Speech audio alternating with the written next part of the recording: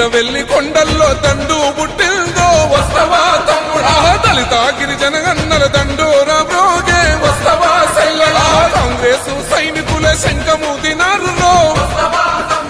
తెలంగాణ పిల్ల జల్ల పిడికిలెత్తినారు రో నల్లగొండ నడుం గడ్డ కరీంనగరు కథం దక్కె దళిత గిరిజన హన్నల దండు గదిలే హన్న వెంట చాల్ ఓహో ఇంద్రవెల్లి కొండల్లో దండు పుట్టిల్దో వస్తవా తమ్ముడా దళిత గిరిజన హన్నల దండోరా బ్రోగే వస్తవా సెల్లెలా